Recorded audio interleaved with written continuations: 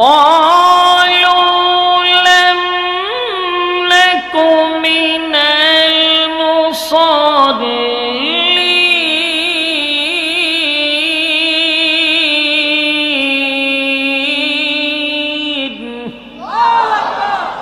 এক নাম্বার قالوا لم نك من المصلين এক নাম্বার কারণ قالوا لم نك من المصلين জাহান্নামীরা বলবে এ জান্নাতীরা জাহান্নামে আসার এক নাম্বার কারণ হলো দুনিয়ার জমিনে ব্যবসা বাণিজ্য করছি একসাথে, চাকরি করছি একসাথে, খেলাধুলাও করছি একসাথে, কিন্তু যখন মসজিদে আজান হয়ে যাইত রে আমি দেখতাম ব্যবসাটা বন্ধ করে তুমি মসজিদের দিকে দৌড়াইতা। দোস্ত আমি তাকায়া দেখছি চাকরির সময় আজান দিলে চাকরি ছেড়ে তুমি মসজিদে চলে যাইতা।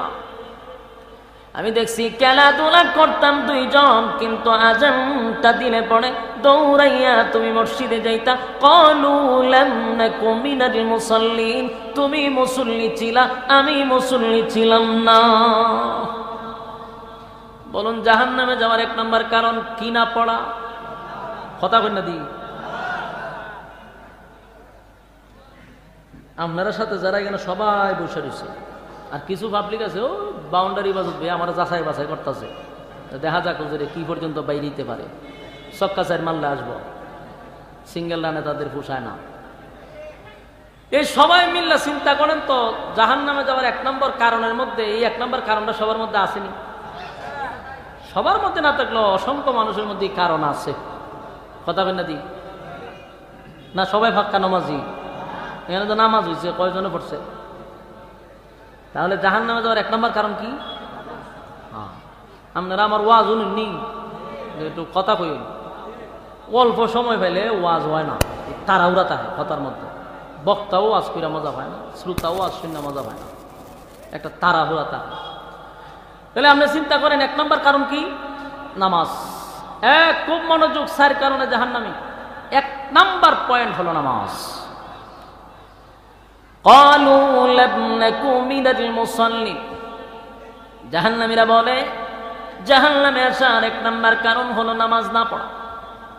আরে দুনিয়ার জমিনে একই সাথে চলাফেরা করছি, একই সাথে উঠা বসা করছি, বন্ধু রে তোর সঙ্গে ভালো সম্পর্ক ছিল, কিন্তু তাকায়া দেখতাম আজানটা হইলে দৌড়ায় মসজিদে যাইতি, আমি মসজিদে যাইতাম না। ক্বালু লাম নাকু মিনাল মুসাল্লিন, তুই মুসল্লি ছিলি, আমি মুসল্লি ছিলাম না। তাই জাহান্নামে আসার এক নাম্বার কারণ হলো নামাজ। গোটা বাংলার জমিনে কত হাজার হাজার মাহফিল হয়, প্রত্যেক বছর মাহফিল হয়, কত হাজার হাজার লক্ষ লক্ষ মসজিদের মিম্বরে ওয়াজ হয়। এত ওয়াজের পরেও বলুন তো দেখি নামাজি বাড়ছে না কমছে? বাড়ে নাই, ওই পরিমাণ বাড়ে নাই যেই পরিমাণ ওয়াজ হয়। কথা বলে না? যেই পরিমাণ ওয়াজ হয় সেই পরিমাণ নামাজি বাড়ে না। কিন্তু যাই না রাখেন, কিয়ামতের কঠিন ময়দানে সর্বপ্রথম হিসাব হবে নামাজ। কথা কয় না? আউয়ালু মা ইউহাসাবু বিহিল আবদু ইয়াউমাল কিয়ামাতিস সালাহ, কিয়ামতের ময়দানে সর্বপ্রথম হিসাবটা হবে নামাজের। আমার যুবক ভাইরা, অবহেলা হেলায় আর কেলায় কিন্তু নামাজ ছেড়ে। নামাজ শুরু হয়েছে মসজিদে, এখানে বই দোকানে বুট খায়, এখানে বই আড্ডা মারে। যুবক ভাই, কথাগুলি একটু দিলের কান লাগায় শুনেন। এক নাম্বার কিন্তু নামাজ, এক নাম্বার কিন্তু নামাজ। অথচ আল্লাহর পয়গম্বর এই নামাজটা কায়েম করতে গিয়া বেঈমানের হাতে মার খাইছে। আমরা তো নামাজ পড়তে গিয়া কি মার খাই? এই ময়মনসিংহের মানুষ কথা বল না কা? আজকে তো এটা বাউন্ডারি রাখছেন, এটা ময়মনসিংহ বানিয়ে লিছে। কথাগুলি একটু দিলের কান লাগায় শুনেন। আল্লাহর পয়গম্বর নামাজ পড়তে গিয়ে মাইর খাইছে। আমরা কি মাইর খাই? নামাজ পড়ছেন কেউ মারছে? কেউ তো হাবিবে কিবরিয়া নামাজের সেজদায় গেলে গামছা লাগাইয়া পয়গম্বরে টানত। আল্লাহর পয়গম্বরের উপরে উটের নারী বুড়ি তুলে রাখত। নামাজ পড়ার কারণে পয়গম্বরকে আঘাত করত। এই নামাজ কায়েম করছে। পয়গম্বর শরীরে অসংখ্য আঘাতের চিহ্ন ছিল। আজকে নামাজ পড়তে কেউ মারে না গো। এরপর যুবকরা নামাজ চলা অবস্থায় দোকানে বসে আড্ডা মারে। নামাজ যে ফরন লাগবে এটা মনেই করে না, এটারে কোনো কঠিন বিষয় মনে করে না যুবক। কিন্তু আল্লাহর হাবিব বলেন সর্বপ্রথম যদি হিসাব হয় তাহলে নামাজের হিসাবটাই হবে। কি বুঝলেন? হিসাব কোনটা হবে? নামাজের হিসাব হয়ে যাবে রে। নামাজের হিসাবে আটকা পড়ে গেলে একে একে সব কিছু আটকা পড়ে যাইবা। আমরা তো নামাজ যারা পড়ি তারপরে ওইটা কোয়ালিটি সম্পন্ন না। কত ডঙ্গের রঙের নামাজ হন আমরা সমাজে। সারা জীবন আকাম কোকামের পিএইচডি করছে। সন্তানগুলি ঠেলাইয়া ফাটাইছে মক্কাকে, এখন নাম পালায়ান হাজি। সারা জীবন তো আকাম কোকামের পিএইচডি করছে। বয়স হয়েছে তো দৌড়াইয়া ফাটাইছে মক্কায়, নাম পালাইছে হাজি। কিন্তু যে হাজি সারা জীবন আকাম করলো হে কি আর হাজি হইয়া? যেমন হাজি নাম পালাইছে কিন্তু দেশ হয় আর হাজি উতারছেন ওই আগের মতো হাজি হই। এখন সারা জীবন নামাজ পড়ছে না, হজ করেছে। তো ফুলাফান বউ বাচ্চারা কয় হজ উজ করেছেন, এখন নামাজটা একটু পড়েন না, ইজ্জত যায় যায়। হাজি নাম পালাইছেন, নামাজ না বলে ইজ্জত থাকবো? হতে কিতা করতে হইব? হতে নামাজ মসজিদও যান। তো ঠেলাইয়া ঘর থেকে মসজিদও ফাড়ায়।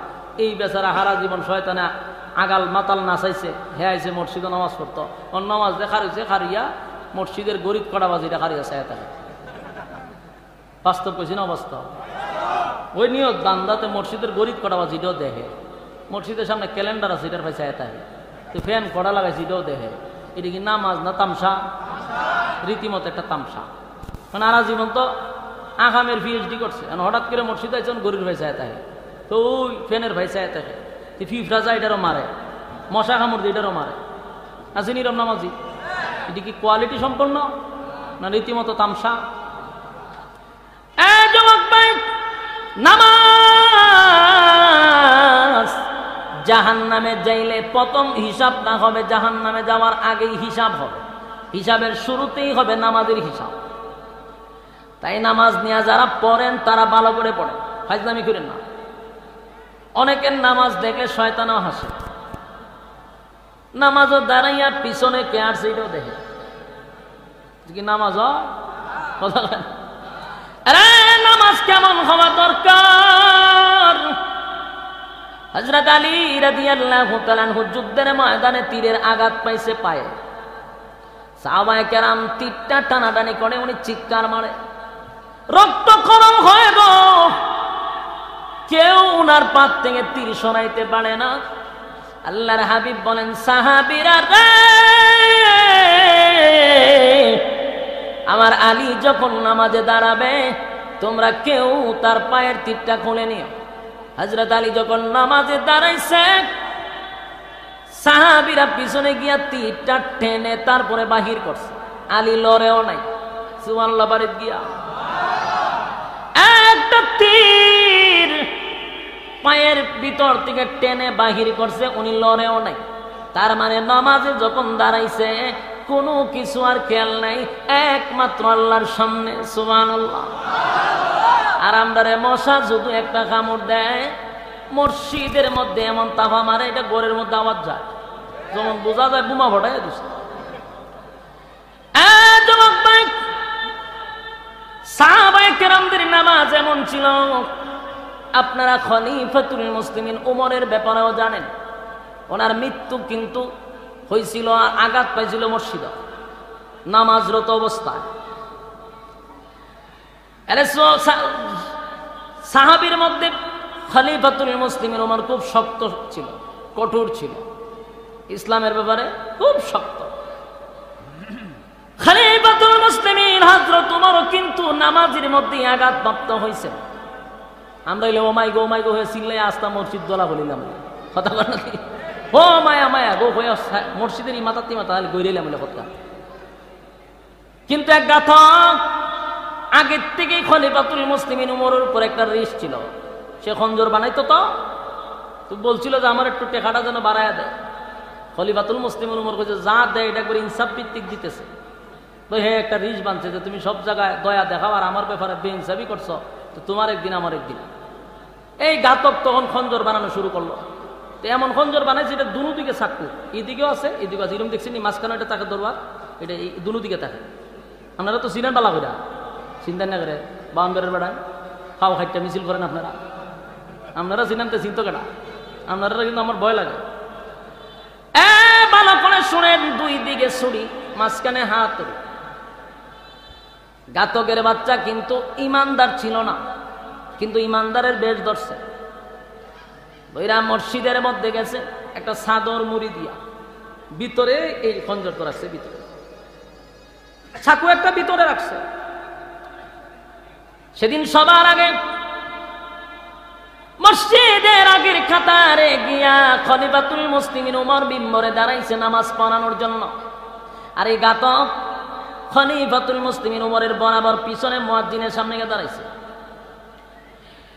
হযরত ওমর যখন আল্লাহু আকবার বলে সূরা ফাতিহা কমপ্লিট করলো, আর একটা সূরা মিলাবে, ঠিক এই মুহূর্তে এই ঘাতক ভিতরে ঢুইকা প্রথমেই উনাকে যখন আঘাত করছে, এটা পাকস্থলীর মধ্যে, পাকস্থলী খাইটা ফেলাইছে। এরপর ওনার পাজরের মধ্যে খুব ঘন ঘন উনি আঘাত করলো। খলিফাতুল মুসলিমিন উমর সাথে সাথে পড়ে গেছে, কিন্তু পিছন দিক থেকে একজনের টানদানি ইমামতির জাগাত খাড়া করাইছে, আর উনি জাগাত পড়ে গেছে। আর এই ঘাতক যখন সামনের কাতার থেকে পিছনে যাবে, আরো 4-5 জনকে জাগার ডেট করছে, জাগার ডেট এইভাবে মারতে মারতে গেছে, আরো কয়েকজনকে মেরে বলেছে। একজন সাহাবী একটা চাদর তার উপরে উড়াইয়া মারছে, আর চাদরের ফেসও কইরা সে উল্লে ভরে গেছে, তারও শেষ করা হয়েছে। কিন্তু খলিফাতুল মুসলিমিন উমর যখন বেহুশ হয়ে গেল, ওনাকে রাষ্ট্রীয়ভাবে চিকিৎসা করানো হচ্ছে, কিন্তু উনি বেহুশ। ওনাকে যখন দুধ পান করায় তখন পাকস্থলী দিয়া বাহির হয়ে যায়। রাষ্ট্রীয় চিকিৎসক ঘোষণা দিল ওনাকে বাঁচানো যাবে না, তোমরা পরবর্তী নেতাকে হবে নির্ধারণ করো, দেখো দোয়া করো উনি হুঁশ ফিরে কিনা। আরে যখন ওনার হুঁশ ফিরল, হুঁশ ফিরার পরে ও মাই কইয়া শিক্ষা দেয় নাই, তারপরে বলে নাই যে আমার কে মারলো, এই কথাও বলে নাই, একবারও বলে নাই আমার পরে কে নেতা হবে, এই কথাও বলে নাই। চোখ খোলার পরে উনি ঘোষণা দিল, আমি যখন আঘাত পেয়েছিলাম তখন নামাজরত অবস্থায় আমি যে একজনকে টান দিয়া নামাজে দাঁড় করাইছিলাম, বলো না সেদিনের নামাজ কি কমপ্লিট হয়েছে কিনা? সুবহানাল্লাহ বাড়ি গিয়া, আরে নামাজ যদি কমপ্লিট হয় আমাকে জানাও। তাহলে নামাজের প্রতি সাহাবায়ে কেরামদের কি পরিমাণ গুরুত্ব। আরে যুবক ভাই, আমরা সবচেয়ে বেশি অবহেলা করি নামাজের ক্ষেত্রে। আল্লাহর নবী নামাজ কায়েম করতে গিয়া রক্ত জড়াইছে, আঘাতের পর আঘাত পাইছে। যুবক ভাইরা আমার, তাই জাহান্নামীরা সর্বপ্রথম জাহান্নামীরা বলবে ক্বালু লাম নাকু মিনাল মুসাল্লিন। এক নাম্বার কারণ হলো জাহান্নামে যাওয়ার, এক নাম্বার কারণ হলো নামাজ নামাজ নামাজ।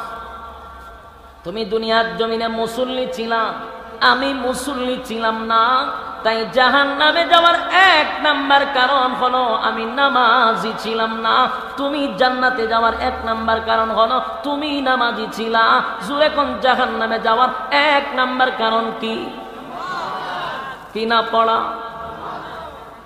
তাহলে আমরা আজকের এই মাহফিল থেকে জাহান্নামে যাওয়ার 4টা কারণের মধ্যে একটা নাম্বার কারণ হলো নামাজ।